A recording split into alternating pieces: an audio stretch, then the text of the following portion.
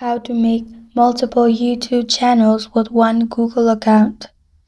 Hi everyone, it's Sophia to assist you today. Without any delay, let's jump right in. First, open YouTube. You'll find this kind of screen pop up.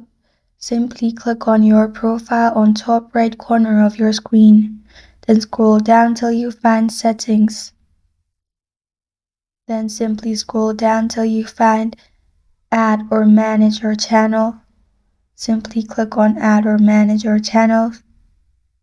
And then in here, click on create a channel.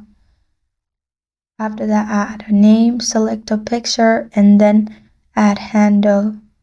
After you have done that, simply create a channel, and then you're good to go. This is how to make multiple YouTube channels with one Google account. Thank you for joining me today. If this video helps you out, please leave a like and subscribe for more. Got a question or want to suggest a topic, comment below. I am Sophia signing off. Until next time.